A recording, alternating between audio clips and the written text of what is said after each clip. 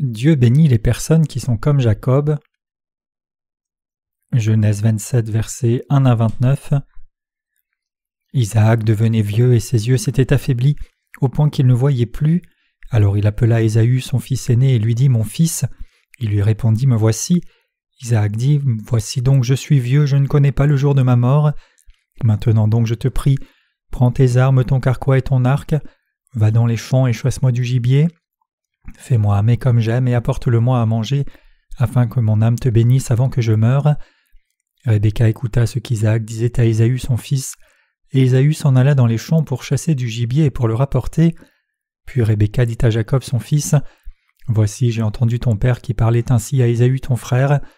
Apporte-moi du gibier, et fais-moi un mets que je mangerai, et je te bénirai devant l'Éternel avant ma mort. Maintenant mon fils, écoute ma voix à l'égard de ce que je te commande. Va me prendre au troupeau 2 bons chevreaux, j'en ferai pour ton père un mets comme il aime, et tu le porteras à manger à ton père afin qu'il te bénisse avant sa mort. » Jacob répondit à sa mère, « Voici Ésaü mon frère est velu et je n'ai point de poil. Peut-être mon père me touchera-t-il et je passerai à ses yeux pour un menteur, et je ferai venir sur moi la malédiction et non la bénédiction. » Sa mère lui dit, « Que cette malédiction, mon fils, retombe sur moi. Écoute seulement ma voix et va me les prendre. » Jacob alla les prendre et les apporta à sa mère, qui fit un mets comme son père aimait. Ensuite, Rebecca prit les vêtements d'Ésaü, son fils aîné, les plus beaux qui se trouvaient à la maison, et elle les fit mettre à Jacob, son fils cadet. Elle couvrit ses mains de la peau des chevreaux et son cou qui était sans poil, et elle plaça dans la main de Jacob son fils le mets et le pain qu'elle avait préparés. Il vint vers son père et dit, « Mon père » et Isaac dit, « Me voici, qui es-tu mon fils » Jacob répondit à son père, « Je suis Ésaü ton fils aîné, j'ai fait ce que tu m'as dit, lève-toi, je te prie, assieds-toi, mange de mon gibier afin que ton âme me bénisse. » Isaac dit à son fils, « Quoi ? Tu en as déjà trouvé, mon fils ?»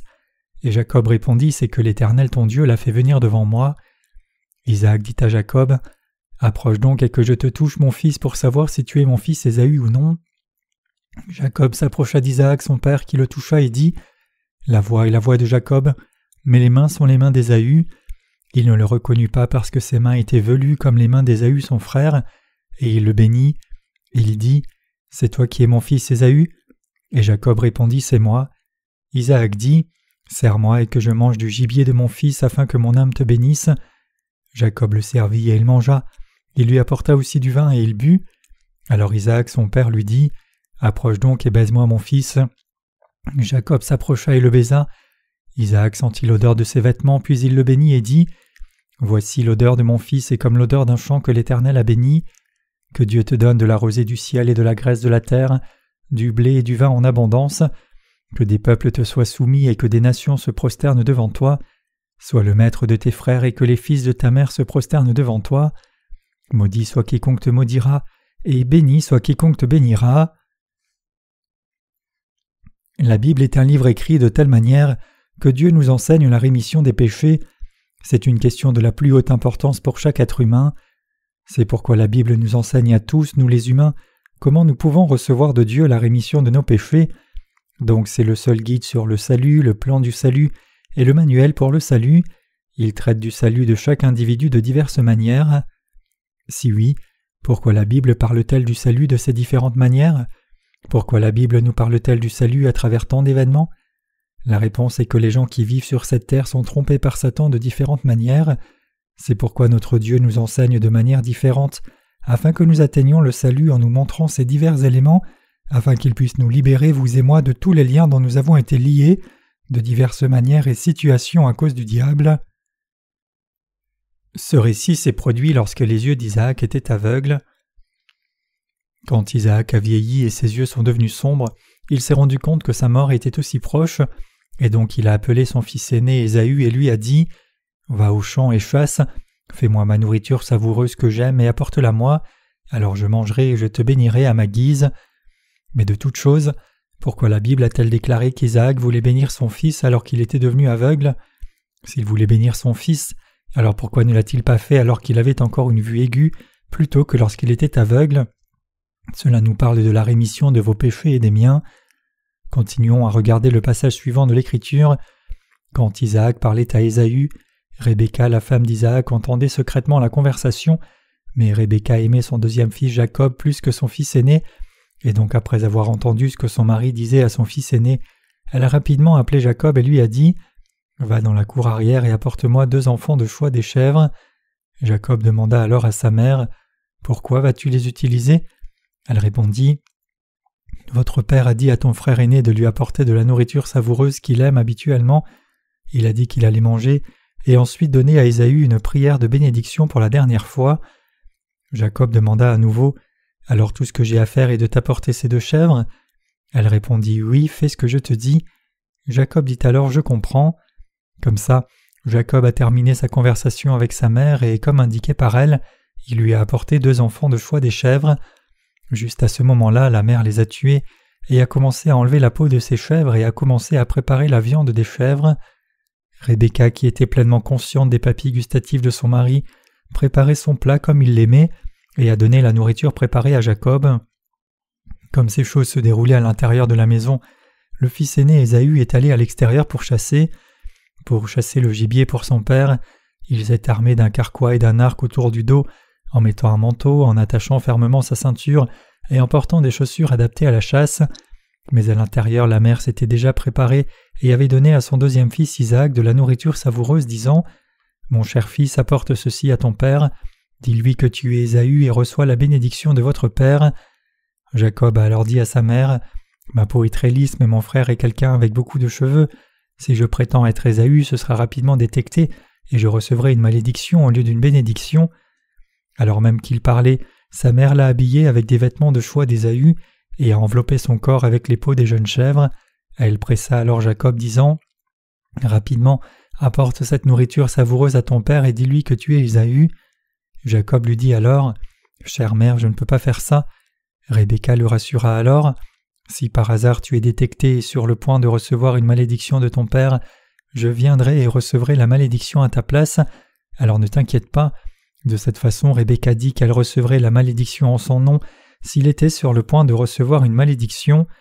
Par conséquent, il n'y avait aucune raison pour que Jacob ne puisse pas aller devant son père, maintenant que sa mère avait été garante pour lui comme ça. Et donc Jacob avait une forte conviction dans les paroles de sa mère et est allé voir son père et a dit « Cher père, tu te reposes bien, c'est Ésaü ton fils aîné. Comme tu me l'as demandé, je suis sorti et j'ai chassé du gibier, et avec cela j'ai préparé ton plat préféré et te l'ai apporté. S'il te plaît, je t'invite à t'asseoir, manger ta nourriture savoureuse préférée et me bénir à ta guise. » Isaac a alors demandé « Comment se fait-il que tu aies trouvé une proie aussi rapidement ?» Jacob répondit « C'est parce que Dieu le Père me l'a apporté. » Isaac lui dit alors « S'il te plaît, approche, je veux sentir si tu es mon fils Ésaü ou non. » Après avoir touché et senti Jacob, Isaac dit « La voix est celle de Jacob, mais les mains sont celles d'Ésaü. » Isaac a pris Jacob pour Ésaü à cause de son déguisement et a finalement béni Jacob. Si les mains avaient beaucoup de poils, alors il était certain que le fils était Ésaü. Ésaü était un homme très poilu. Le père ne pouvait plus voir en raison de son âge avancé, mais ayant confirmé que la main qu'il touchait était poilue, il pensait que ce fils était clairement Ésaü, et donc Isaac a mangé de la nourriture savoureuse que Jacob lui avait apportée, puis l'a béni par la suite. Au début de ce sermon, j'ai dit que tous les événements décrits dans la Bible sont les manuels pour que les pécheurs atteignent leur salut, mais la question est de savoir pourquoi Dieu a permis que cela se produise quand Isaac est devenu aveugle. Pourquoi a-t-il enregistré cet événement comme ça? Et pourquoi nous a-t-il permis à vous et à moi d'entendre parler de cet événement aujourd'hui? Il l'a préparé comme ceci pour nous parler de la vérité fondamentale de la rémission des péchés. Dieu veut nous enseigner quelque chose d'important à travers ce passage de l'Écriture. Il y a des leçons que Dieu veut nous faire savoir clairement ici. Si vous lisez le passage de l'Écriture, vous trouverez Jacob qui reçoit la bénédiction et non Ésaü. Il a reçu la bénédiction de son père en se déguisant en son frère aîné. La nourriture savoureuse était-elle réellement faite à partir de gibier sauvage que Jacob avait chassé? Non, ce n'était pas le cas. La viande qu'il a utilisée pour la nourriture était aussi quelque chose qui a été préparé à l'intérieur de la maison. Bien que son père ait clairement demandé à Ésaü de lui apporter de la nourriture savoureuse en la chassant, Jacob, en se déguisant comme Ésaü, avait fait la nourriture qui était dans la maison. En outre, il est allé devant son père déguisé en portant les vêtements de son frère aîné. et il utilisa furtivement le nom d'Ésaü. Jacob n'a rien utilisé qui soit sien. Il n'y avait rien qui était sien, pas même un point. Réfléchissons-y. Si Jacob avait dit « Cher père, je suis Jacob », aurait-il vraiment pu recevoir parfaitement la bénédiction de son père? Non. Israël avait traditionnellement l'habitude de bénir le fils aîné, et ils avaient l'habitude de donner la plupart de leurs biens à leur fils aîné. En d'autres termes, le droit de primogéniture était une coutume de l'ancien Israël. Dans notre pays, nous avons connu cette même tradition.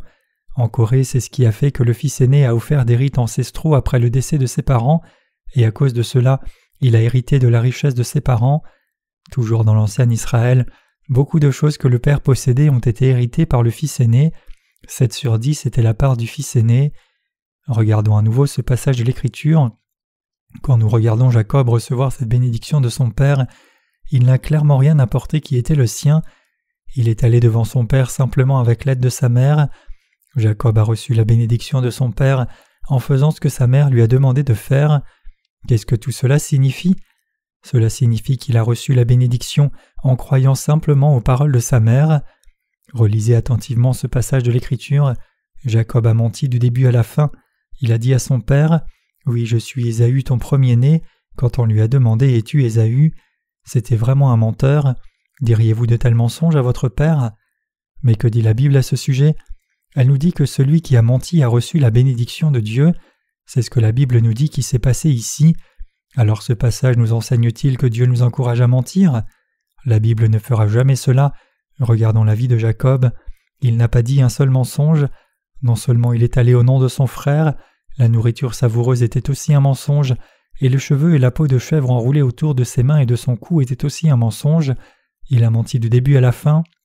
Avec une série de mensonges, il a utilisé furtivement le nom de son frère aîné, s'est vêtu des peaux de chèvre, a apporté la nourriture savoureuse que sa mère avait préparée à son père, et comme cela il a reçu la bénédiction de son père. Qu'est-ce que tout cela signifie exactement? Qu'est-ce que la Bible essaye de nous enseigner ici? Elle nous parle de notre salut. S'il était parti dans sa propre apparence, il n'aurait pas reçu la bénédiction de son Père. C'est la même chose pour vous et moi. Si nous allons devant Dieu avec notre propre justice, nous ne pourrons pas recevoir la bénédiction de Dieu. Nous devons être revêtus de la foi authentique qui croit en Jésus et en son nom. Comme ça, nous devons aller devant Dieu pour être bénis. Nous devons venir devant Dieu en croyant dans toutes les œuvres que Jésus-Christ a accomplies, en descendant sur cette terre dans la chair humaine, et pas seulement dans une partie de celle-ci. Si nous faisons cela, Dieu négligera tous nos péchés et notre manque et nous bénira parfaitement.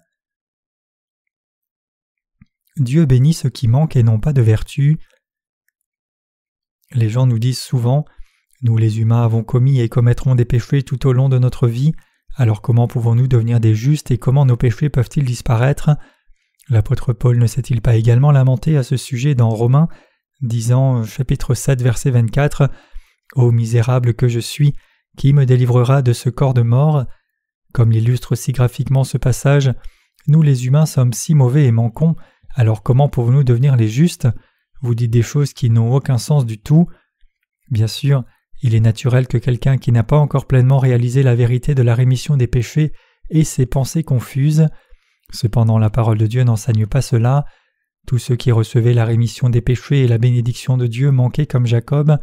En d'autres termes, les gens qui ont reçu la bénédiction de Dieu étaient ceux qui sont venus devant Dieu avec la foi qui croit dans la justice de Jésus, même s'ils manquaient et étaient des menteurs, mauvais, trompeurs, obscènes et sales. Il n'y avait pas le genre de gens qui sont venus devant Dieu en ayant vécu parfaitement, vertueusement, gentiment et honnêtement. C'est vraiment le cas. Seuls ceux qui vont devant Dieu en croyant que Jésus-Christ est venu sur cette terre et qu'il a effacé tous leurs péchés en se faisant baptiser et en se lamentant pour tous ses péchés quand il a crié « Tout est accompli » comme il mourait sur la croix, peut recevoir la bénédiction parfaite de Dieu. Dieu nous bénit parce qu'il trouve de la joie dans notre foi qui croit dans sa justice plutôt que dans nos actes vertueux. Tous ceux qui ont reçu la bénédiction de Dieu font une confession de foi comme celle-ci. Ils disent « Bien que je manque, Jésus-Christ mon Seigneur a été baptisé par Jean-Baptiste à ma place et est mort par procuration sur la croix à ma place. En recevant le baptême de Jean-Baptiste dans le Jourdain, Jésus a pris tous mes péchés sur lui, et à cause de cela je n'ai plus de péché. Je crois que Jésus m'a parfaitement sauvé par l'évangile de l'eau et de l'esprit. » Cette justice de Dieu, c'est ce que la Bible nous enseigne, à vous et à moi, à travers la lecture des Écritures d'aujourd'hui. Il nous est dit que seuls ceux qui viennent devant Dieu en croyant que Jésus est descendu sur cette terre et les a purifiés complètement de tous les péchés qu'ils ont commis et qu'ils commettront à l'avenir avec son évangile de l'eau et de l'esprit reçoivent cette bénédiction. Seules des personnes comme ceux-ci reçoivent le salut et toutes les bénédictions de la terre et toutes les bénédictions spirituelles du ciel, même si elles manquent, sont faibles, pleines de défauts, enclines à mentir et être rusées. Chers croyants, il y a des millions de gens dans ce monde qui essayent de recevoir la bénédiction de Dieu en vivant avec bienveillance. La plupart des chrétiens essayent de recevoir la bénédiction du salut donné par Dieu en essayant d'éviter de dire des mensonges et en étant devenu une personne éthiquement droite, mais toutes ces choses ne sont rien de plus qu'un espoir charnel. Nous les humains sommes des créatures qui, même si nous avions vécu soigneusement toute notre vie, nous ne serions que pleins de défauts et pleins de manques. Dans ce monde, vous ne trouverez pas une seule personne parfaite devant la justice de Dieu. Si quelqu'un essayait de recevoir la bénédiction donnée par Dieu en étant devenu une personne droite, alors cette personne ne pourrait jamais recevoir la bénédiction, même si la personne entrait dans une tombe au lieu d'une autre. Plus nous vieillissons, plus nous nous trouvons devenir horribles. Alors que nous menons nos vies, nous nous retrouvons à devenir de plus en plus horribles. Plus nous vieillissons, plus nous réalisons à quel point nous sommes pleins de défauts et à quel point nous manquons. C'est seulement quand les gens comme ça connaissent vraiment leur vraie nature qu'ils peuvent aller devant le Dieu Tout-Puissant avec la foi qui croit dans la justice de Dieu. Chers croyants, entre notre propre justice et la justice de Dieu, nous devons décider laquelle nous choisirons. La justice de Dieu dit que Jésus est venu sur cette terre, a enlevé tous mes péchés en se faisant baptiser, est allé à la croix et a reçu par procuration tout le jugement à ma place, et a ainsi épongé tous mes péchés. Devons-nous venir devant Dieu avec la foi qui croit dans cette justice de Dieu, ou devons-nous venir devant lui en devenant une personne droite avec nos propres actes? Entre les deux, nous devons sûrement en choisir un devant Dieu. Que choisiriez-vous? Ne devriez-vous pas venir devant Dieu portant l'offrande de foi dans laquelle le Père trouve vraiment de la joie? Jésus-Christ est venu sur cette terre et a pris tous vos péchés et les miens une fois pour toutes en se faisant baptiser par Jean-Baptiste. Ce faisant, il a porté les péchés du monde à la croix sur son corps de chair, est mort par procuration sur la croix, a été enterré et a été ressuscité. Cette vérité nous enseigne que nous devons venir devant Dieu et être bénis avec la foi qui croit en Jésus, qui a reçu par procuration le jugement pour tous nos péchés. Sachant cela maintenant, essayerez-vous toujours de venir devant Dieu pour recevoir la bénédiction donnée par Dieu en utilisant l'effort humain en essayant de rendre vos actes parfaits, ou plutôt en utilisant votre foi pour croire dans la justice de Dieu dans laquelle Dieu le Père trouve la joie? Nous devons faire un choix clair entre ces deux éléments. Comment la Bible dit-elle que nous pouvons recevoir la bénédiction de Dieu? Elle nous montre que si nous venons devant Dieu en nous rendant vertueux extérieurement, alors nous ne pourrons jamais recevoir la bénédiction, même si nous essayons de faire de notre mieux tout au long de notre vie. C'est pourquoi la Bible nous montre intentionnellement que Jacob a reçu la bénédiction au moment où Isaac était aveugle en raison de sa vieillesse. C'est ce que nous enseigne la lecture des Écritures d'aujourd'hui. Notre Père Dieu a envoyé son Fils unique sur cette terre, et il a pris tous nos péchés en lui faisant recevoir le baptême de Jean-Baptiste, et en lui faisant recevoir le jugement pour tous nos péchés sur la croix. Dieu a annulé le jugement qui nous était destiné. Que signifie alors la justice de Dieu? Cela signifie que Dieu négligera tous nos péchés qui ont été effacés par l'évangile de l'eau et de l'esprit. Il est aveugle à nos péchés et iniquités, tout comme Isaac n'a pas été en mesure de discerner Jacob à cause de sa cécité. Alors qu'est-ce que Dieu veut voir? Par son baptême, Jésus-Christ a pris sur sa chair toutes les choses sales, telles que nos mauvaises choses, nos mauvais actes, erreurs, faiblesses, ruses, luxure, manque et toutes sortes de péchés. Comme ça, notre Père Dieu regarde pour voir si nous avons la foi qui croit dans cette justice de Jésus-Christ. Il veut trouver la foi fondamentale cimentée dans nos cœurs, et quant à ceux qui ont cette foi qui croient en son Fils, Dieu les prend comme ses enfants, peu importe à quel point ils manquent en termes de justice humaine. Dieu accorde sa bénédiction à ces sortes de personnes. Ce que je dis, c'est que Dieu ne regardera pas les imperfections que nous avons ou les vies bienveillantes que nous avons menées jusqu'à présent. Si Dieu regardait si nous avons mené une vie droite et bienveillée, que nous ferait-il? Accorderait-il vraiment la bénédiction à nous qui péchons tous les jours? Non. Si Dieu regardait seulement nos actes extérieurs, alors il nous poursuivrait probablement avec un fouet pour nous frapper. Si Dieu a enregistré chaque détail de notre vie avec une caméra vidéo et montre ensuite ce qui est enregistré, alors nous verrons clairement qu'il y a d'innombrables choses pour lesquels il devrait nous frapper alors que nous trouvons à peine les choses pour lesquelles il nous louerait. Pensez-y un instant. Avez-vous déjà commis quelque chose de méchant? Vous avez sûrement ces imperfections. Nous devenons jaloux de voir les autres et nous voulons que ces gens subissent des difficultés. C'est ainsi que nous sommes, nous les humains. C'est quelque chose que nous connaissons tous très bien, même si je n'entre pas dans les détails à ce sujet.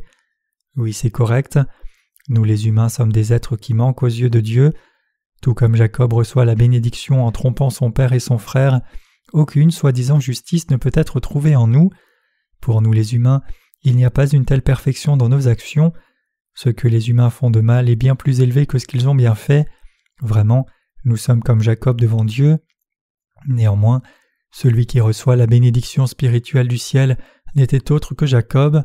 C'est précisément l'évangile de Dieu qu'il nous montre dans la Bible.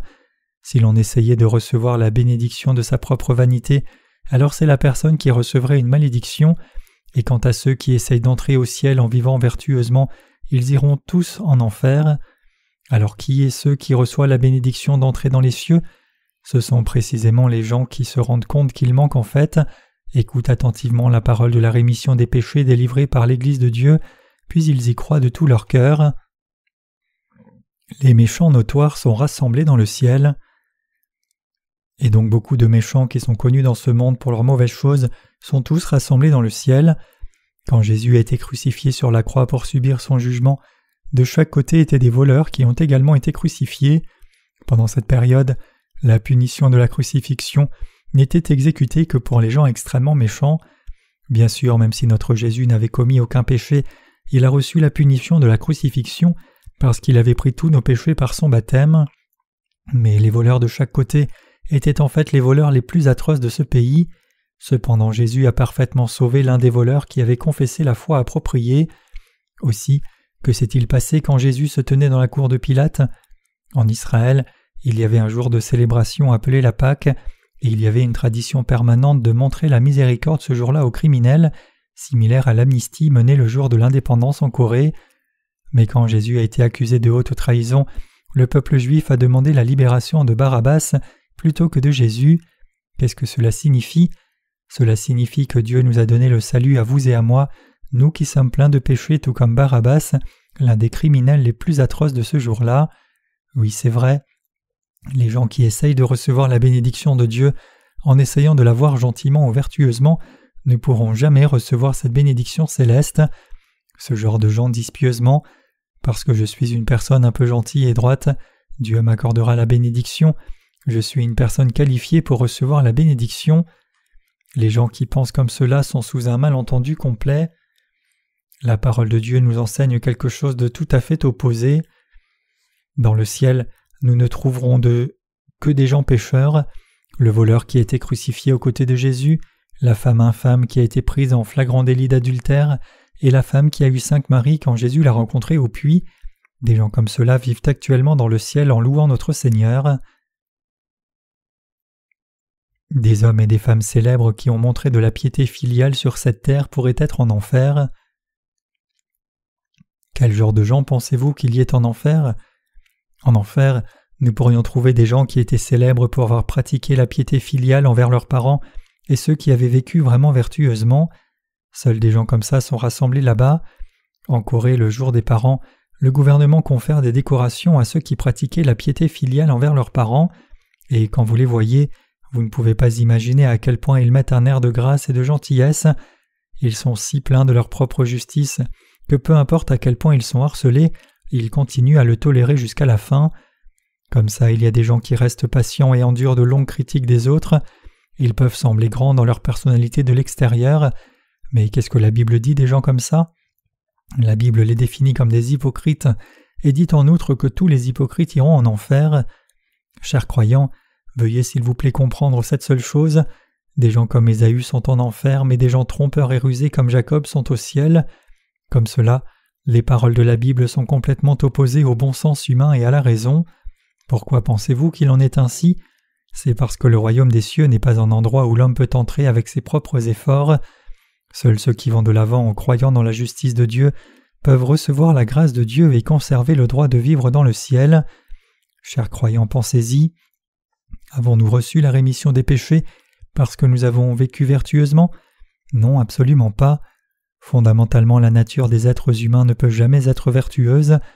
Tout comme le Seigneur Jésus l'a dit, la nature humaine contient 12 sortes de péchés, tels que la folie, les mauvaises pensées, les fornications, la luxure qui pullulent en nous. C'est la vraie nature des êtres humains. Dans ce monde, il y a des gens qui disent « L'aîné de ma famille est vraiment de mauvaise nature, mais le second est si vertueux que je ne peux pas le comprendre. Il aurait vraiment été bon que le deuxième fils ait été l'aîné. » Mais ce n'est pas le cas. Si vous regardez au fond d'elle, la nature humaine est pareille. Quelqu'un peut sembler très vertueux seulement parce que cette personne fait preuve de patience extérieure, mais quand vous regardez la personne à l'intérieur, vous pouvez trouver tous les 12 types de péchés qui sont prêts à travailler. Pourquoi pensez-vous qu'il en est ainsi? C'est parce que tout le monde est le descendant d'Adam, le premier homme, celui qui a commis le péché originel. Même si le tempérament naturel de chacun peut être le même, seuls ceux qui ont la foi parfaite qui croient en Jésus, après avoir réalisé qu'ils n'ont rien dont se vanter, peuvent entrer au ciel. Ceux qui sont devenus le peuple même de Dieu sont ceux qui ont foi dans la vérité que Jésus-Christ est descendu sur cette terre et nous a sauvés en emportant tous les péchés du monde par son baptême et en mourant par procuration sur la croix en notre nom. Je suis sûr qu'il y a des gens qui pensent « Cette Église est étrange, je pense que cette Église m'exhorterait à vivre vertueusement, mais je me dis que les gens qui vivent vertueusement iront en enfer, n'est-ce pas étrange ?» Cependant, je vous parle clairement, vous disant que vous ne pouvez pas entrer dans le ciel sans la justice de Dieu, et cette justice de Dieu ne peut pas être la vôtre à moins que vous ne niiez absolument votre propre justice. C'est pourquoi le Seigneur a dit « En vérité, je vous le dis, à moins que vous ne soyez convertis et ne deveniez comme de petits enfants, vous ne pouvez entrer dans le royaume des cieux. Par conséquent, quiconque se rend humble comme ce petit enfant est le plus grand du royaume des cieux. » Matthieu 18, versets 3 à 4. La réalité, c'est que les gens qui prétendent être vertueux, même s'ils sont mauvais, iront sûrement en enfer. Qu'en est-il de ceux qui savent sans réserve à quel point leur propre nature est méchante et confessent ensuite devant Dieu et devant d'autres personnes « Je ne suis en vérité pas une personne vertueuse, j'ai fait semblant d'être vertueux parce que je ne veux pas m'impliquer dans un combat, et je ne suis en fait pas une personne gentille. Il n'y a rien que je ne puisse pas faire quand je suis en colère, mais si je vis comme ça, ceux qui sont autour de moi seront à l'agonie, alors j'essaie d'être patient. Je suis fondamentalement une personne méchante. » Seuls ceux qui peuvent honnêtement se reconnaître comme ça devant Dieu et devant les autres sont ceux qui ont la qualité pour croire correctement en Jésus. Jésus est descendu sur cette terre afin de sauver ses pécheurs de tous leurs péchés. Jésus lui-même a dit une fois qu'il est venu pour sauver les pécheurs. Il n'est pas venu pour sauver les justes, car seuls les malades et les mourants ont besoin d'un médecin. Oui, c'est vrai.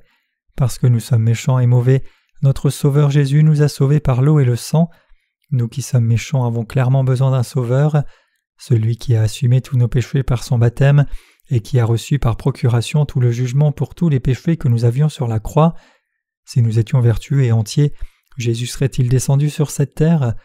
Parce qu'il n'y avait pas d'autre moyen pour les gens d'être sauvés, il est venu sur cette terre. Au lieu de vous tromper, sortez devant le Sauveur. S'il y a des gens parmi nous qui pensent qu'ils sont vertueux et de bonne composition, alors ce sont clairement ceux qui se trompent. Pensez-vous peut-être « J'écoute très bien ce que mes parents disent ?» Non, rien ne pourrait être plus éloigné de la vérité. Vous êtes bon pour vos parents parce qu'il y aura beaucoup de pertes et vos allocations diminueront si vous n'écoutez pas ce qu'ils disent. Donc sans aucun compte de votre perte ou de votre gain, seriez-vous toujours vraiment bon pour eux? Bien sûr, nous les nés de nouveau sommes bons pour nos parents d'un cœur pur. Bien que nous soyons fondamentalement méchants, par notre foi en Jésus nous sommes bons pour eux. Mais la nature humaine n'est pas comme ça fondamentalement.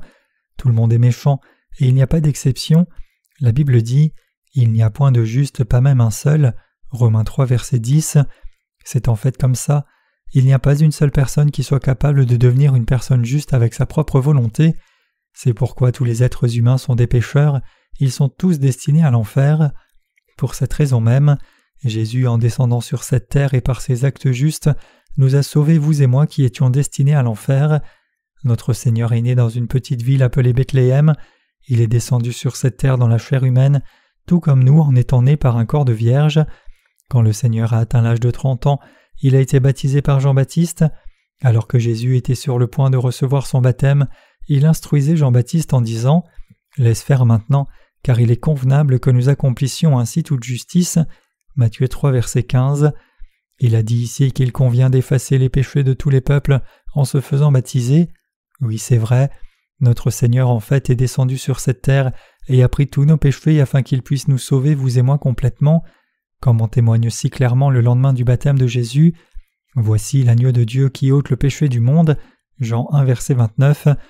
Il a été crucifié tout en portant tous nos péchés, son cœur rompu versant tout son sang, et alors qu'il était sur le point de mourir, il s'écria « Tout est accompli ». Cela implique qu'il est effectivement mort sur la croix en disant au monde « J'ai pleinement accompli le travail de sauver tous les descendants d'Adam de leurs péchés ».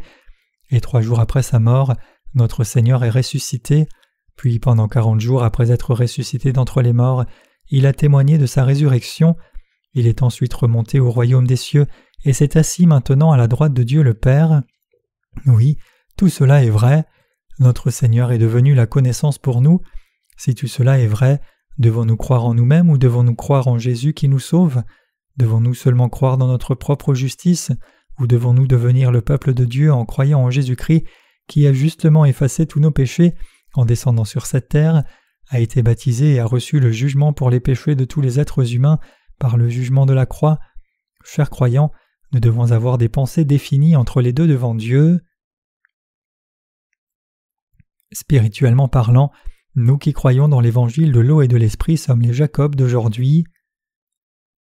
Frères bien-aimés, nous sommes tous des gens semblables à Jacob. La Bible dit que Dieu a béni ce Jacob.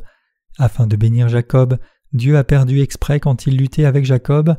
Jacob était un homme qui ne pouvait jamais recevoir la bénédiction de Dieu avec n'importe quelle excellence qu'il est. Ce Jacob ne pouvait recevoir la bénédiction que lorsque Dieu l'avait béni. Ainsi, quand Dieu a lutté avec Jacob, Dieu est volontairement devenu perdant et il l'a béni. Et il a dit à Jacob de ne plus utiliser le nom de Jacob, mais à la place il l'a nommé Israël. Le mot Israël signifie littéralement Dieu l'emporte, car Jacob avait lutté avec Dieu et l'a emporté. Cela signifie celui qui est béni par Dieu, c'est-à-dire celui qui a reçu la bénédiction de Dieu. Nous sommes tous des Jacob. Mon tempérament est très semblable à celui de Jacob. Bien que notre caractère intérieur ne le soit peut-être pas, si vous regardez attentivement, vous verrez que vous êtes une personne semblable à Jacob. Dieu aimait Jacob mais pas Ésaü. Dieu n'aime pas le type de personne d'Ésaü qui continue à vivre en s'appuyant sur leur propre force plutôt que de compter sur Dieu, et il ne bénira jamais de telles personnes. En revanche, notre Seigneur aime les gens comme Jacob qui comptent sur Dieu disant « J'ai désespérément besoin de la bénédiction de Dieu », car ils ne savent que trop bien qu'il manque. Dieu bénit les gens comme ça et à travers eux, il accomplit sa volonté de bénir tous les gens de par le monde entier. Nous devons donc savoir clairement si nous sommes un Jacob ou un Ésaü, c'est très important. Nous sommes spirituellement des Jacob, mais les gens de la chair préfèrent les Ésaü à Jacob. Les gens charnels comme quelqu'un qui peut toujours continuer à vivre avec sa propre force, c'est-à-dire quelqu'un qui est fort et ferme et qui ne tombe pas malade. D'un point de vue charnel, nous sommes enclins à préférer le peuple d'Ésaü au peuple de Jacob, mais Dieu n'aimait pas Ésaü. Dieu déteste les gens comme Ésaü parce que ce type de personne ne compte pas sur Dieu. Dieu chérit et trouve de la joie dans le peuple de la foi qui vient à lui pour son aide, compte sur lui et le prie pour sa bénédiction. Dieu bénit ces gens de foi. Jetez un œil à Caïn et Abel. Adam et Ève ont eu 2 fils nommés Caïn et Abel. Au fil du temps, Caïn et Abel, après avoir été instruits par leurs parents, ont respectivement offert des sacrifices à Dieu. Abel a offert un sacrifice avec le premier-né de son troupeau, mais Caïn a offert le fruit de la terre. Le Seigneur Dieu a respecté l'offrande d'Abel, mais il n'a pas respecté Caïn et son offrande. Pourquoi Dieu a-t-il fait cela? Dieu ne peut accepter que la foi qui croit dans la justice de l'agneau. Caïn était quelqu'un qui ne pouvait pas supporter la détermination de Dieu, donc par colère, il a frappé son jeune frère à mort alors qu'il était au champ. Puis Dieu parla à Caïn. « Où est Abel ton frère ?» Caïn répondit « Je ne sais pas, suis-je le gardien de mon frère ?» Jusqu'à ce moment, Caïn pensait qu'il était une personne vertueuse et gentille, mais après avoir assassiné son frère, quand Dieu a demandé après son frère et qu'il a répondu « Suis-je le gardien de mon frère ?» il s'était vanté de sa propre justice jusqu'à présent, disant qu'il prenait bien soin de son jeune frère, mais maintenant non seulement il a assassiné son frère, mais il a même essayé de tromper Dieu. Dieu dit alors à Caïn « La voix du sang de ton frère crie de la terre. » Caïn a répondu « J'ai tellement péché, je veux m'enfuir et ne jamais revenir, mais quiconque me trouvera essaiera de me tuer. » À cela Dieu a dit « Ce n'est pas ainsi, quiconque te tuera sera puni 7 fois, donc je vais te marquer de peur que quelqu'un ne te trouve. » Caïn a reçu la marque de Dieu, mais il a finalement fui Dieu. Qu'est-ce que tout cela signifie? Si Caïn avait vraiment eu foi en Dieu, il aurait dit oui et serait resté dans sa présence, mais à la fin il a choisi de s'écarter de la présence de Dieu. À la place d'Abel, Dieu a donné Seth à Adam et Ève, puis quand Seth est devenu un homme, il a eu un enfant et son nom était Enoch, et à partir de là l'humanité a commencé à faire appel au nom du Seigneur. Il priait Dieu disant « Jéhovah Dieu, s'il te plaît, aide-nous ». Le mot hébreu Enoch signifie homme, mais le mot Enoch implique aussi le vide. Comme son nom l'indique, il sentait que sa vie était si vide et inutile. Il pensait que son existence même ressemblait à la rosée du matin, n'existant que pendant un court moment pour disparaître dans les airs. C'est pourquoi Enoch a fait appel au nom du Seigneur Dieu, le Tout-Puissant, le Dieu de la création, le Dieu du salut, le Dieu qui a béni ses ancêtres, et le Dieu qui avait pardonné les péchés de son père et de sa mère. Pour cette raison, il a invoqué le nom du Seigneur Dieu. Il a été le tout premier homme à invoquer le nom de Jéhovah. À partir de ce moment, les gens ont pu appeler officiellement Jéhovah Dieu. La nourriture préférée de Jésus. Ce n'est que lorsque les gens réaliseront leur vrai moi qu'ils pourront croire véritablement en Dieu le Père et en Jésus-Christ qui est venu dans ce monde. En d'autres termes, seuls ceux qui connaissent fondamentalement leur vrai moi pourront croire en Jésus, celui qui nous a sauvés de tous nos péchés en descendant sur cette terre, en prenant sur lui tous nos péchés par son baptême et en recevant par procuration le jugement de la croix en notre nom. Seuls ceux qui sont capables de réaliser leur vrai être peuvent croire en Jésus. De même, ceux qui mettent en avant leur propre justice ne peuvent jamais croire en Jésus. Nous pouvons trouver beaucoup de ces cas dans la Bible. Caïn est l'ancêtre de l'auto-vaniteux et les pharisiens sont les représentants de ce groupe. Ces gens ne peuvent jamais entrer au ciel, mais tous ceux qui savent comment se voir comme ils sont et se reconnaissent comme de misérables pécheurs, et ceux qui sont pauvres en esprit et ont un cœur pur, peuvent recevoir le salut et entrer dans le jardin d'Éden en croyant en Jésus correctement. Les gens qui agissent avec impunité et présomption, ne sachant pas à quel point ils sont vraiment misérables, mourront sûrement. Même au moment précis où ils meurent, ils mourront misérablement. Jetez un coup d'œil à la fin tragique du roi Saül et de son fils. 1 Chroniques 10, versets 1 à 6. Les gens de ce monde veulent parfois embellir une telle mort, mais la réalité, il n'y a rien de plus misérable que cela. L'histoire de la Bible est comme ça, et l'histoire de l'humanité est aussi comme ça. Les gens qui ont beaucoup de force propre ne comptent jamais sur Dieu. Au lieu de compter pleinement sur Dieu, ils comptent sur eux-mêmes. Mais qu'en est-il de ceux qui reconnaissent qu'ils manquent et qu'ils sont faibles et qu'ils en ont grandement besoin? Ce type de personnes n'ont pas d'autre moyen que de compter sur Dieu, parce qu'ils ne peuvent pas vivre une seule heure s'ils ne comptent pas sur Dieu, et parce qu'ils seront dans l'agonie s'ils ne croient pas dans la parole de Dieu, ils croient encore plus dans la parole. D'un autre côté, il y a des gens qui ne manquent de rien dans leur vie, ils sont très fiers de leur polyvalence et de leur excellence, et à cause de cela ils ne cherchent presque jamais Dieu, et il est fort probable que les gens qui ont beaucoup d'argent aient tendance à ne pas chercher Dieu. Dans le passage des Écritures d'aujourd'hui, Dieu a trouvé Jacob et l'a béni. Ce Jacob apporta une offrande à son père. Comment Dieu l'a-t-il béni? Lisons ceci ensemble dans le livre de la Genèse, chapitre 27, versets 26 et 27. Alors Isaac, son père, lui dit « Approche donc et baise-moi mon fils. » Jacob s'approcha et le baisa. Isaac sentit l'odeur de ses vêtements, puis il le bénit et dit « Voici l'odeur de mon fils est comme l'odeur d'un champ que l'Éternel a béni. » Comme nous le voyons ici, Jacob a fait la nourriture savoureuse et l'a apportée à son père en disant « Voici la nourriture que tu aimes le plus, père. » Et à cause de cela, il a reçu la pleine bénédiction de son père. Si c'est le cas, alors quelle nourriture Jésus aime-t-il le plus?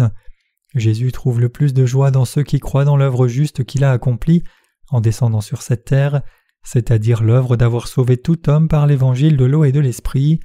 La foi est précisément la nourriture que Jésus trouve la plus délicieuse.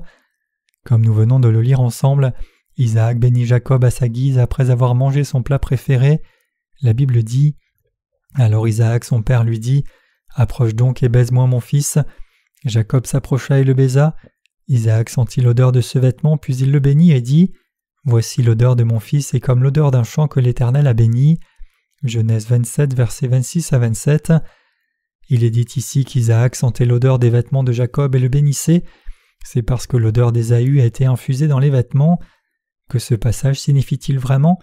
Il nous dit clairement que Dieu accordera la bénédiction après avoir senti le parfum de la foi infusé dans ceux qui croient vraiment dans l'œuvre juste que Jésus a accomplie après être descendu sur cette terre, croyant de tout cœur dans la vérité que tous leurs péchés ont été transférés à Jésus quand il a été baptisé, et croyant dans la vérité que Jésus a reçu tout le jugement pour tous leurs péchés en leur nom sur la croix.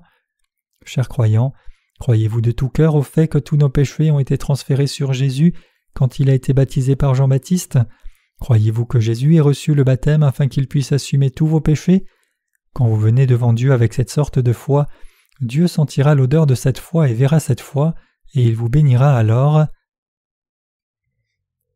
La bénédiction de Dieu descendra doucement comme la rosée sur ceux qui croient dans l'évangile de l'eau et de l'esprit. La Bible dit « Voici l'odeur de mon fils est comme l'odeur d'un champ que l'Éternel a béni » Genèse 27, verset 27. Le champ mentionné ici fait référence à nul autre que votre cœur et le mien. Isaac a poursuivi « Que Dieu te donne de la rosée du ciel et de la graisse de la terre, du blé et du vin en abondance » Genèse 27, verset 28. Oui, Dieu nous bénit avec la rosée du ciel et la graisse de la terre. Comme la rosée qui tombe doucement, Dieu nous accordera des bénédictions célestes à vous et à moi dans tous les aspects. Tout comme les plantes retiennent l'humidité de la rosée du matin, Dieu nous accorde ces bénédictions à vous et à moi, non seulement dans une, mais dans chaque partie et chaque aspect de notre vie. Lorsque vous sortez tôt le matin, vous pouvez constater que la rosée est tombée sur chaque feuille et branche et sur chaque plante. La poussière même qui soufflait hier est maintenant mouillée avec la rosée du matin qui s'humidifie. De cette manière, Dieu prend soin de la terre. Dieu envoie suffisamment de rosée dans la tranquillité. Au lieu d'avoir la terre trempée de douche et d'être emportée, Dieu laisse l'humidité descendre doucement et faire en sorte que la terre donne ses aliments. Par conséquent, je suis sûr que Dieu bénira les obéissants avec la rosée du ciel, ceux qui croient au fait que Jésus a enlevé tous leurs péchés en les faisant placer sur son corps quand il a été baptisé, et au fait que Jésus a reçu par procuration le jugement en notre nom sur la croix. Notre Seigneur n'a pas accordé une telle bénédiction uniquement à Jacob, il accorde la même bénédiction maintenant, même des générations plus tard. Jésus accordera une telle bénédiction à tous ceux qui croient en lui comme leur sauveur. Chers croyants, je veux que vous y croyiez. La bénédiction n'est pas quelque chose qui se déverse dans des seaux. Calmement comme la rosée qui tombe, Dieu fait pleuvoir doucement et uniformément, sans manquer une seule partie. Notre Dieu accorde la bénédiction sur la vie des justes, et il fait pleuvoir sur nous d'une manière si élaborée, si pleine d'humidité, que nous ne serons pas en mesure de réaliser si oui ou non il nous a donné la bénédiction. Plutôt que de nous donner son amour qui semble si énorme extérieurement, il nous donne son amour d'une manière très tranquille. Je crois que notre Seigneur nous aime tous, nous les saints et les serviteurs de Dieu de cette façon. Nous trouvons tant d'exemples dans notre vie où Dieu nous a humidifiés avec ses bénédictions tranquilles, avant même que nous en soyons conscients. Dieu fait pleuvoir sa bénédiction sur nous de cette façon, il nous a bénis de manière très élaborée. Les véritables nés de nouveau prospéreront aussi dans leur chair, tout comme le dit la Bible. Que Dieu te donne de la rosée du ciel et de la graisse de la terre, du blé et du vin en abondance. Genèse 27, verset 28. Si vous vous accrochez vraiment à la parole du Seigneur dans vos cœurs et que vous aimez Jéhovah Dieu même si vous offrez ces grandes prières, notre Seigneur vous bénira afin que votre gagne-pain et votre chair s'engraissent dans la tranquillité. Il vous donnera beaucoup de céréales et de vin ainsi qu'une joie abondante. Non seulement vous serez le seul à recevoir la bénédiction, mais tous ceux qui vous entourent seront également bénis abondamment grâce à vous. Dans le passage des Écritures d'aujourd'hui, Dieu bénit Jacob avec une telle bénédiction. Après avoir reçu la rémission des péchés, il y a des ignorants qui disent « Je ne sais pas si Dieu va me bénir ou non, je ne peux pas attendre parce que je suis une personne impatiente, les bénédictions devraient être visibles à mes yeux, mais les bénédictions de Dieu n'apparaissent pas clairement dans ma vie, ce qui me fait me commencer à me demander si Dieu existe vraiment. Si c'est le cas, à qui la faute? Cela se trouve dans le cœur d'une personne sans foi. Dieu bénit clairement Jacob. Si c'est le cas, tout ce que nous avons à faire est de devenir quelqu'un comme Jacob et de recevoir la bénédiction. Il ne peut y avoir aucun problème avec cela. Mais que se passerait-il si nous n'avions pas foi dans la vérité que Dieu nous a bénie? Si nous n'avons pas la foi, alors nous ne pourrons jamais recevoir cette bénédiction. Ainsi vous et moi devons posséder une foi comme suit. Je ne crois pas que Dieu n'ait béni que Jacob, il m'a aussi béni, je le crois pour ma vie. Professez une telle foi devant Dieu. Si vous faites cela par la foi, alors comme la rosée du matin, les bénédictions de Dieu rempliront votre vie en silence jour après jour. Chers croyants, la vraie foi c'est de croire en Dieu et attendre patiemment sa bénédiction. Sans cette foi, nous ne pourrons jamais attendre la bénédiction que Dieu nous envoie doucement comme la rosée du matin. La rosée peut vous sembler être tombée sur tout le monde. Si je suis quelqu'un qui n'a pas la foi avec laquelle recevoir la bénédiction de rosée, alors la bénédiction de rosée coulera vers les autres et ne remplira pas mon bol vide. Nous devons avoir foi dans le fait que Dieu nous a tant bénis, vous et moi, nous qui avons reçu le salut. Je veux que nous croyions tous comme ça. Lorsque nous faisons cela par la foi, la bénédiction céleste de Dieu remplira toute notre vie. Bien que nous puissions manquer et être faibles, Dieu nous aime calmement et résolument. Jéhovah Dieu est parmi nous. Il est le Tout-Puissant qui nous donne le salut. Bien que le figuier ne puisse pas fleurir et que nous ne trouvions aucun fruit sur les vignes et qu'il n'y ait pas de vaches dans une étable fermée, nous trouvons de la joie dans le Dieu de notre salut et notre Dieu nous aime nous les sauver. Notre Dieu nous dit qu'il trouve de la joie en nous. Chers croyants, la Bible nous enseigne « L'Éternel ton Dieu est au milieu de toi, comme un héros qui sauve. Il fera de toi sa plus grande joie, il te guidera dans son amour, il chantera avec allégresse à ton sujet. » Sophonie 3, verset 17. Dieu aime tellement le genre de personnes qui ont reçu le salut en croyant en Jésus, mais certains sont impatients comme les enfants se plaignent en disant « Pourquoi ne chérit-il que vous? Il devrait nous donner la bénédiction aussi. » Et ils quittent le sein de Dieu incapables d'exercer la patience. Le Seigneur nous a en effet bénis, vous et moi. Il nous a déjà bénis et il continuera de nous bénir. Maintenant, tout ce que nous avons à faire est d'attendre en silence avec foi. Nous devons faire preuve de foi et de patience pour recevoir vraiment la bénédiction. Pourquoi ne croyez-vous pas? N'avons-nous pas tous reçu le salut? Pourtant, pourquoi ne pouvez-vous pas croire? Le Seigneur est descendu sur cette terre et a sacrifié son corps pour que vous et moi soyons sauvés complètement, et il a dit qu'il nous donnerait à vous et moi un don qui est beaucoup plus grand que ce salut. Oui, c'est vrai. Jésus qui nous a sauvés en donnant sa vie pour nous donnerait une bénédiction qui est encore plus grande que cela. Il nous donnera toute la grâce de la terre. Pourquoi ne pouvons-nous pas attendre cela? Pourquoi ne pouvons-nous pas croire? Si vous avez reçu le salut, alors attendez dans la tranquillité en restant ferme sur votre foi du salut. Attendez l'œuvre du Seigneur tout comme un enfant sevré dans les bras de sa mère qui regarde calmement son visage. Psaume 131, verset 2. Le Seigneur nous accordera sûrement la bénédiction en temps voulu. Nous qui croyons dans la justice de Dieu sommes spirituellement joyeux. Notre Dieu nous donne à vous et à moi de nombreux fruits à la fois spirituels et charnels. Il nous bénit ainsi en disant « Que Dieu te donne de la rosée du ciel et de la graisse de la terre, du blé et du vin en abondance. » Genèse 27, verset 28. Le vin ici implique le bonheur, cela implique aussi la vie et le bonheur. Dieu qui est plein d'amour nous accordera la vraie joie. Beaucoup de choses joyeuses se produisent réellement dans nos vies. Bien que nous n'ayons pas une grande foi, nous pouvons recevoir la bénédiction de Dieu avec peu de foi qui est aussi petite qu'une graine de moutarde. Quoi d'autre serait plus joyeux que cela? Dans la lecture des Écritures d'aujourd'hui, Dieu bénit Jacob. Cela signifie que Dieu a aussi accordé une telle bénédiction à ceux d'entre nous qui ont reçu le salut. La prière d'Isaac de bénédiction continue. Que des peuples te soient soumis et que des nations se prosternent devant toi. Sois le maître de tes frères et que les fils de ta mère se prosternent devant toi. Maudit soit quiconque te maudira et béni soit quiconque te bénira. Genèse 27, verset 29. Je suis sûr que Dieu nous accordera les mêmes bénédictions à nous, les saints qui avons reçu la rémission des péchés, et Dieu nous accorde en fait ces bénédictions.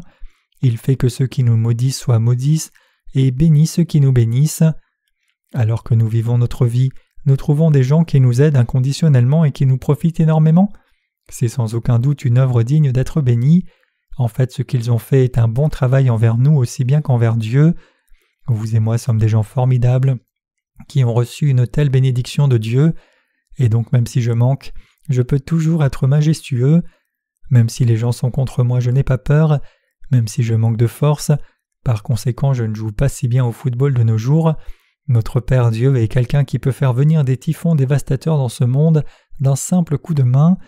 C'est parce qu'un tel Dieu m'aime, me protège et m'accorde des bénédictions. Chers croyants, même si nous vivons notre vie sur cette terre dans la faiblesse, nous sommes le peuple même de Dieu qui a reçu les bénédictions spéciales de sa part. Ce n'est pas quelque chose que n'importe quel pasteur d'une église mondiale peut accorder. Une telle bénédiction ne peut être réalisée que si Dieu Tout-Puissant nous bénit. Rendons grâce au Seigneur ensemble et croyons fermement dans cette parole. Ceux qui ont reçu la bénédiction du salut. La Bible délivre la parole de Dieu à travers l'exemple d'un homme qui a reçu une telle bénédiction. Regardons Romains chapitre 4 versets 1 à 2. Que dirons-nous donc qu'Abraham notre Père a trouvé selon la chair ? Car si Abraham était justifié par les œuvres, il a de quoi se vanter, mais pas devant Dieu. Comme mentionné ici, Abraham avait-il quelque chose de la chair dont il devait se vanter devant Dieu ? Non. En fait, Abraham était quelqu'un qui a vendu sa femme pour se sauver la vie. Il a commis une chose terrible. Après sa sortie de son pays natal, un roi païen convoitait sa femme et donc afin de préserver sa vie, il a appelé sa femme sa sœur. Il a dit à sa femme Sarah, « Tu es belle, donc si je dis à ce roi que je suis ton mari, il me tuera et te prendra pour lui-même. » Sarah a alors répondu, « Alors je ferai ce que tu me diras de faire. » Peu de temps après, deux jeunes gens du pays sont venus et ont demandé en remarquant sa femme, « Qui est-elle » Alors Abraham leur dit, « C'est ma sœur cadette. » Ils demandèrent à nouveau, « Vous deux n'êtes pas mariés par hasard, n'est-ce pas ? Vous deux ne vivez pas ensemble, n'est-ce pas ?» Abraham répondit, « Bien sûr, s'il vous plaît, ne vous me prenez pas sur moi. » Puis ils dirent à Abraham, « Le roi de ce pays nous a ordonné d'amener cette femme à lui, alors laisse-la partir. » Alors qu'Abraham renvoyait sa femme, il la supplia probablement en disant, « Chère sœur, tu vas bien vivre, même si j'ai mal au cœur, s'il te plaît, prends soin de toi. » Chers croyants, pensez à cette situation. Abraham manquait vraiment beaucoup et était un homme injuste. Il a vendu sa femme pour le bien de sa vie. Bien sûr, Abraham n'était pas le seul à faire une chose aussi honteuse, son fils était aussi comme ça. Néanmoins, vendre sa femme pour sauver sa peau est certainement une honte. C'est pourquoi Abraham en tant qu'être humain n'avait rien dont se vanter devant Dieu. Romains 4 poursuit en disant « Car que dit l'Écriture ? Abraham crut Dieu et cela lui fut imputé à justice. Or à celui qui fait une œuvre le salaire est imputé non comme une grâce mais comme une chose due, et à celui qui ne fait point d'œuvre mais qui croit en celui qui justifie l'impie, sa foi lui est imputée à justice. » Romains 4 versets 3 à 5. Chers croyants, Dieu nous parle à vous et à moi de la façon dont nous pouvons devenir une personne juste devant lui. Comment peut-on devenir enfant de Dieu ? Comment peut-on recevoir de Dieu la rémission des péchés ? Je le fais en m'appuyant sur mes propres actes vertueux ? Sinon, est-ce par la foi qui croit dans la parole de Dieu ? Pouvons-nous devenir le peuple de Dieu en croyant dans nos cœurs que Jésus est descendu sur cette terre, a pris tous les péchés de l'humanité en étant baptisé dans le Jourdain et a reçu par procuration le jugement pour tous ses péchés en notre nom sur la croix ? Ou devenons-nous le peuple de Dieu en faisant de bonnes actions avec nos propres efforts ? En ce moment, Dieu nous parle de ces mêmes choses. Romains 4, verset 5 dit « Et à celui qui ne fait point d'œuvre mais qui croit en celui qui justifie l'impie, sa foi lui est imputée à justice. » C'est vrai, Dieu justifie l'impie, et il dit qu'il impute à justice la foi de ceux qui croient dans cette parole de Dieu. Cela signifie que Dieu fait de ceux qui croient dans sa parole ses enfants, en disant « Votre foi est la bonne, vous êtes maintenant acceptés. » Croyez-vous en mon Fils ? Croyez-vous que tous vos péchés aient été complètement transférés à mon Fils quand il a été baptisé dans le Jourdain ? Oui, je crois que Jésus a pris tous mes péchés. Aussi croyez-vous que mon Fils ait porté tous vos péchés sur son corps de chair et ait porté le jugement de la croix en votre nom ? Oui, je le crois aussi. Puis Dieu dit « Vous avez réussi, tu es maintenant mon enfant, tu es maintenant une personne juste. Toutes les bénédictions qui ont été données à Jacob te sont aussi conférées. » Je vous le demande encore une fois, avez-vous besoin de foi qui croit dans la parole de Dieu ? Si ce n'est pas le cas, est-ce que la foi de suivre et se fier à votre propre situation ? Croire en la parole de Dieu est la foi authentique. La Bible dit « Or à celui qui fait une œuvre, le salaire est imputé, non comme une grâce mais comme une chose due, et à celui qui ne fait point d'œuvre mais qui croit en celui qui justifie l'impie, sa foi lui est imputée à justice. » Romains 4, versets 4 à 5. Il y a quelqu'un qui vous donne un salaire même si vous ne travaillez pas pour cela. cette personne n'est autre que Dieu.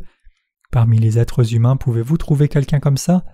Dieu fera de nous son peuple tant que nous croyons en lui, même si nous n'avons aucun mérite. Il nous accordera toutes les bénédictions si nous croyons dans sa parole de vérité. Il nous accordera le droit béni d'exercer tous les droits de propriété du royaume des cieux.